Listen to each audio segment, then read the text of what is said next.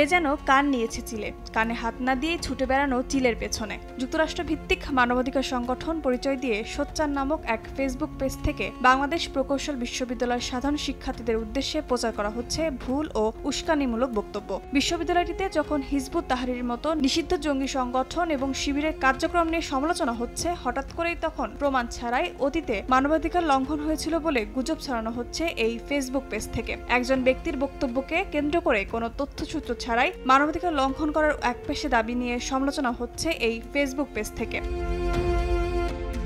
গুজব নির্ভর পোস্টটি অনেকেই সামাজিক যোগাযোগ মাধ্যমে শেয়ার দিলেও ঘটনার বর্ণনার সঙ্গে বাস্তবতার কোনো মিলই পাওয়া যায়নি। এ পেজ থেকে একজন বুয়েট শিক্ষার্থীর বরাত দিয়ে দাবি করা হয়, বুয়েটে পরীক্ষা চলাকালে হল থেকে এক শিক্ষার্থীকে বেশ কয়েক বছর আগে জোরপূর্বক তুলে নেওয়া হয়েছে। তবে নেটিজনদের একটি পক্ষ এই ঘটনার বর্ণনা নিয়ে প্রশ্ন তুলেছেন। পরীক্ষার হলে সহপাঠী এবং বিভাগের শিক্ষকরা থাকেন, সেখানে পরীক্ষার হল থেকে কোনো শিক্ষার্থীকে জোরপূর্বক তুলে নিয়ে গেলে বিষয়টি গণমাধ্যমে প্রচার হওয়ার কথা। বিশেষত বুয়েটের কোনো শিক্ষার্থীর সঙ্গে এমন কোনো ঘটনা অবশ্যই তা গণমাধ্যম প্রতিবেদনে উঠে আসবে, কিন্তু তেমন কিছু সেই সময়ের গণমাধ্যমে উঠে আসেনি। এমন কোনো ঘটনার বিষয়ে জানেনও না তার কোনো সহপাঠী।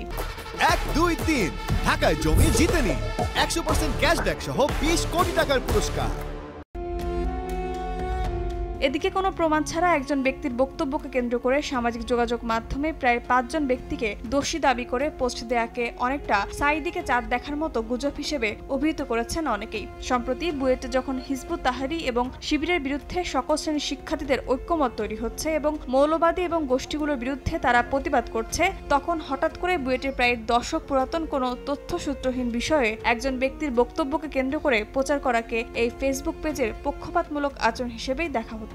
কেননা বর্তমানে এই বিষয়ে কোনো আলোচনাই তৈরি হয়নি, বরং এখানে যাদের নাম উল্লেখ করা হয়েছে তাদের মধ্যে তন্ময় আহমেদের উপর সরাসরি শিবির হত্যার উদ্দেশ্যে হামলা চালিয়েছে, যার 103টি সেলাই চিহ্ন নিয়ে তিনি এখনো বেঁচে আছেন।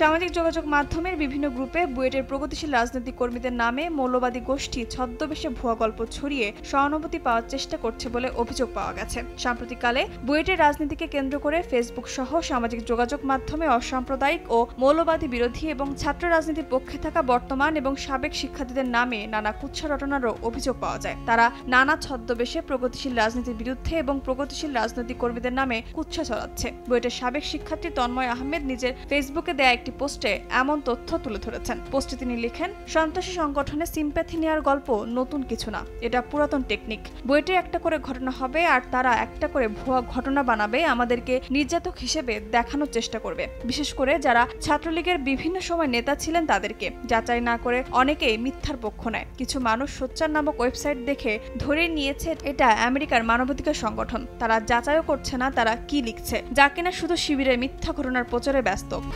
1, 2, 3 ঢাকায় জমি জিতে নিন 100% ক্যাশব্যাক সহ 20 কোটি টাকার পুরস্কার।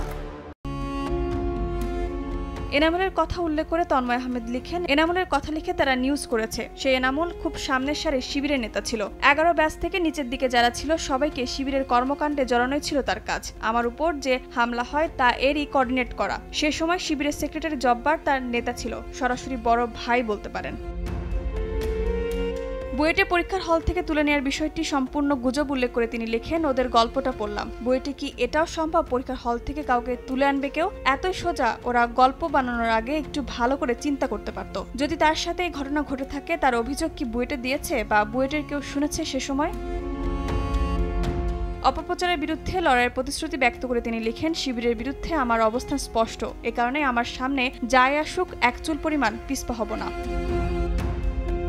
2013 সালে শিবিরের হামলায় গুরুতর আহত হন বর্তমানে আওয়ামী লীগের ওয়েব টিমের সমন্বয়ক ও বুয়েট ছাত্রলীগের সাবেক সাধারণ সম্পাদক ইঞ্জিনিয়ার তন্ময় আহমেদ। এ সময় মুমূর্ষু অবস্থায় তাকে রংপুর হাসপাতালে ভর্তি করা হলে সেখানেও এক শিবির কর্মী উপস্থিত হয়েছিলেন, যার প্রতিটি ঘটনার কথা তৎকালীন সময় গণমাধ্যমে প্রচারিত হয়। কিন্তু এনামুলকে পরীক্ষার হল থেকে তুলে নিয়ে যাওয়ার বিষয়টি কোনো গণমাধ্যমে প্রকাশিত হয়নি, এমনকি তার সহপাঠীরাও এই বিষয়ে কিছুই জানেন না। বিষয়টিকে কেন্দ্র করে অনেকে প্রশ্ন তুলেছেন, তাহলে কোন পরীক্ষা দিতে একা কোনো হলে গিয়েছিলেন এনামুল, যে তার পক্ষে কথা বলার মতো তার ব্যাচের কোনো শিক্ষার্থীকেই পাচ্ছেন না তিনি।